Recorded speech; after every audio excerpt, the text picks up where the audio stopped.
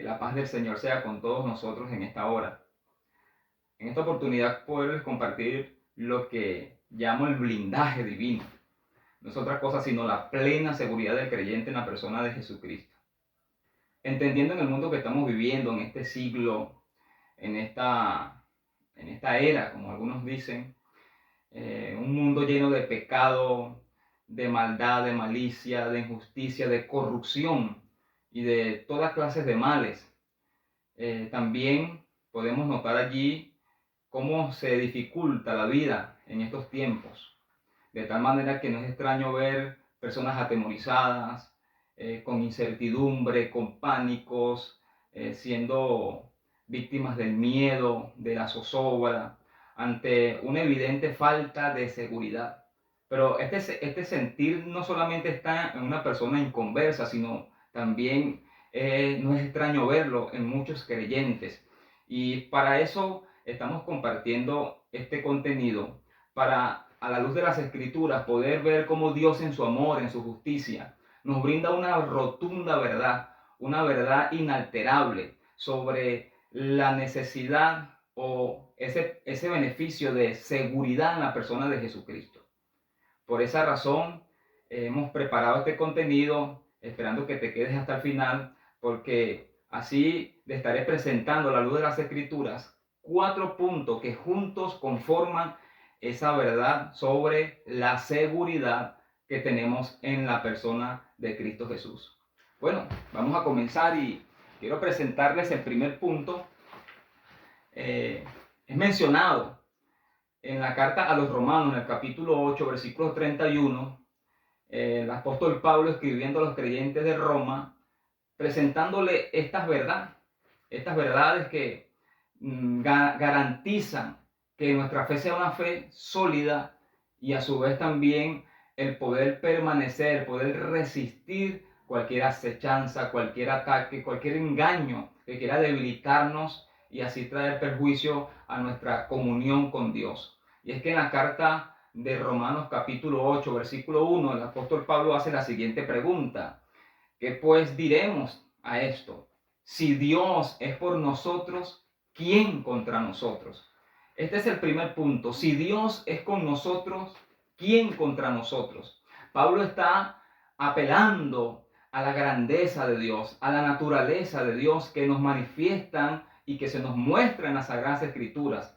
Ese Dios todopoderoso, ese Dios creador, ese Dios de los ejércitos, el Dios que a su presencia tiembla la tierra, aquel que abrió el mar rojo, abrió el río Jordán para que su pueblo pasase en seco de camino hacia la tierra prometida. Pero también las escrituras nos manifiestan de que Él es el Altísimo, el que está sentado en el trono, el que se sienta sobre el círculo de la tierra, el que no hay con qué compararlo. Ese es el Dios, nuestro Padre eterno. Y el apóstol Pablo apela a la naturaleza de Dios para crear en el creyente una seguridad, una confiabilidad de que hacernos esa pregunta. Si Él, el Dios eterno, es con nosotros, ¿quién contra nosotros? ¿Por qué razón? Porque Pablo entendía y quería transmitirle ese entendimiento a la iglesia de que el Dios que está con nosotros es el Dios único y verdadero, el que todo lo puede, el que no hay quien haga retroceder su mano, su diestra, el que nos sostiene, el que tiene cuidado de nosotros. Aquel que el salmista en el Salmo 121 dijo, ¿de dónde vendrá mi socorro? Mi socorro viene del Dios que hizo los cielos y la tierra. Ese es nuestro Dios. Y por esa razón el apóstol Pablo hace ese énfasis en que si Él está con nosotros, ¿de quién vamos a temer? ¿De quién vamos a amedrentarnos? Esta es la seguridad que tenemos que tomar en cuenta. El primero, conocer quién es nuestro Dios. Por esa razón, muchos creyentes lastimosamente vivimos en incertidumbre porque no tenemos una claridad, una conciencia de lo que representa nuestro Dios. Pero el apóstol Pablo sí tenía claro de eso, porque lo miraba en las escrituras, lo miraba en la creación, lo miraba en su propia experiencia como hijo de Dios, como ministro del Señor, y por esa razón él andaba seguro, él andaba confiado a pesar de las vicisitudes y las diferentes circunstancias que que él atravesó. De la misma manera, él quería transmitir pues este conocimiento para que a su vez abracemos también de que el Dios nuestro no es cualquier Dios, es el Dios único y verdadero. Así que si Él está con nosotros, hermanos, ¿quién contra nosotros? Además, el texto que sigue dice que si Él entregó a su Hijo, el que no escatimó a su Hijo, sino que lo entregó por nosotros, ¿cómo no nos dará juntamente con Él todas las cosas? Pablo está aquí trayendo a memoria la obra de redención que el Dios eterno, el Padre Celestial, hizo con la humanidad, hizo con sus hijos, que no escatimó, y cuando dice no escatimó es que está refiriéndose a que el Señor no rehusó, el Señor no nos negó a su Hijo amado para que por medio de la fe en Él nosotros tuviésemos salvación, tuviésemos vida eterna, vida nueva, vida en abundancia en la persona de Cristo. Y si Dios fue capaz de hacer eso, de entregar su Hijo, de no rehusarlo, también es capaz de defendernos, de guardarnos y de librarnos de todo mal que esté en contrariedad a su voluntad. Así que tenemos este primer punto. Si Dios es con nosotros, amados hermanos, ¿quién contra nosotros? Abracemos esa verdad, pongamos allí nuestra fe, cimentemos nuestra fe en esa palabra, la cual nos garantizará seguridad. Segundo punto, se nos manifiesta en el versículo 33 del mismo capítulo 8 de Romanos, y dice lo siguiente: ¿quién acusará a los escogidos de Dios? Dios es el que justifica. Pablo acá está haciendo mención de posibles acusaciones. ¿Hacia quiénes? Hacia los hijos de Dios, hacia los escogidos de Dios. Él pregunta, y hace esa pregunta retórica: ¿quién acusará a los escogidos de Dios? Y concluye: Dios es el que justifica. Hablando de la justificación, en el original la palabra justificación quiere decir declarado justos. Eso fue lo que hizo Dios con aquellos que creemos en Cristo Jesús.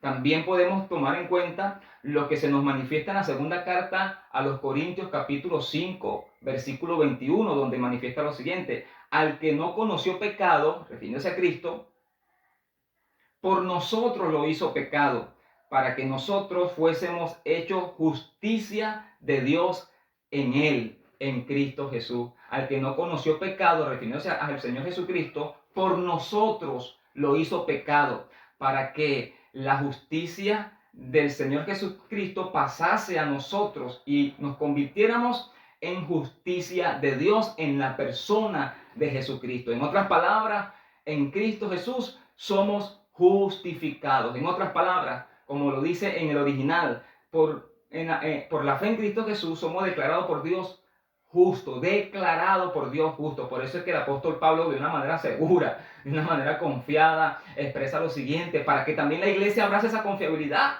y no ande en temores, no ande bajo el miedo, no ande en incertidumbre, no ande caminando a tientas, no, sino que le expresa: ¿quién habrá alguien? ¿Quién nos acusará? ¿Quién acusará a los escogidos de Dios? Dios es el que justifica. Dios es el que declara justo. Y eso es lo que ha hecho con nosotros, lo que hemos creído en la persona de Jesucristo. Ahora pasamos a ser justos, no por las obras buenas que hayamos hecho, sino por los méritos de nuestro Señor Jesucristo. Por eso, en este segundo punto, tomar en cuenta quién nos acusará. ¿Quién acusará a los escogidos de Dios? Dios, amados hermanos, nos ha declarado justo. Así que si por alguna razón estás padeciendo de falsas acusaciones sin fundamento, si estás padeciendo de acusaciones de parte del enemigo, reproches de tu pasado, de cualquier conducta que hayas tenido antes de conocer la persona de Cristo Jesús, no tengas temor, porque eso no tiene ningún tipo de validez ante la justicia de Dios. ¿Por qué razón? Porque el Dios eterno, el Padre Celestial, nuestro Padre, nos ha declarado, por creer en Cristo Jesús, nos ha declarado justos. Así que en este segundo punto, Dios nos ha justificado. Así que no temamos a ninguna acusación, porque confianza tenemos en nuestro Padre. En un tercer punto, en la misma línea, en el versículo 34, nos dice: ¿quién es el que condenará? Cristo es el que murió, más aún, el que también resucitó, el que además está a la diestra de Dios, el que también intercede por nosotros. Bendito sea el nombre del Señor. ¿Quién es el que condenará? Ya estamos hablando en palabras mayores, porque hemos mencionado anteriormente lo de las acusaciones, ¿quién acusará? Pero ahora Pablo sube un peldaño más, ahora nos está mencionando condenación, y ya eso es una sentencia, en este caso sin ningún tipo de réplica, sin ningún tipo de defensa. Sin embargo, el apóstol Pablo sigue nuevamente teniendo esta confianza en la verdad de Dios, y dice lo siguiente: ¿quién nos condenará? Bueno, esto también se cae por su propio peso. Si no pudo una acusación, mucho menos una sentencia de condenación. Y añadiendo a eso, en el propio capítulo 1, en el capítulo 8, versículo 1 de la misma carta a los Romanos, la Escritura dice lo siguiente: y ninguna condenación hay para los que están en Cristo Jesús. En la Reina Valera hay un añadido: para los que no viven conforme a la carne, sino conforme al Espíritu. Esas últimas palabras están añadidas, no están en el original. Fueron añadidas para condicionar el beneficio de la libre condenación en la persona de Cristo Jesús. Repito, en el original dice lo siguiente: ahora ninguna condenación hay para los que están en Cristo Jesús. Punto. Ahí termina. Pero en la Reina Valera hay un añadido: ahora ninguna condenación hay para los que están en Cristo Jesús, para los que no andan conforme a la carne, sino conforme al Espíritu. Ese conforme a la carne, sino conforme al Espíritu, está añadido en lo que es la Casiodoro de Reina, en la Cipriano de Valera. Ha sido añadido esa parte, no está en el original. Pero lo importante, la sustancia, lo verdadero es que en Cristo Jesús, los que estamos en Cristo Jesús, no tenemos temor a ninguna condenación, porque ya no hay condenación para los que tenemos esta esperanza en Cristo Jesús. Para aquellos que hemos creído mediante un arrepentimiento genuino en la persona de Cristo Jesús, en su obra de redención, gracias a Él, gracias a su muerte y a su resurrección, hemos sido librados de la condenación. Por eso el apóstol Pablo, en su pensamiento de seguridad en la persona de Cristo de Jesús, nos dice lo siguiente: ¿quién condenará? Cristo es el que murió. Cristo tomó nuestro lugar. Y gracias al Señor, gracias a sus méritos, gracias a su obediencia, hoy nosotros hemos sido librados por gracia, ¿sí?, y misericordia de la condenación que ciertamente nos merecíamos todos, porque estábamos muertos en delitos y pecados. Pero la seguridad: no hay condenación para los que están en Cristo Jesús. Así que no temamos en sentencia de condenación, en señalamientos de condenación, porque si estamos en Cristo Jesús, tenemos descanso, tenemos paz por su gracia, por su misericordia. Así que podemos decir: ¿quién condenará? Cristo es el que murió. En un último punto, en el punto número 4, Pablo, en el versículo 35 del mismo capítulo 8 de Romanos, dice: ¿quién nos separará del amor de Cristo? ¿Quién nos separará?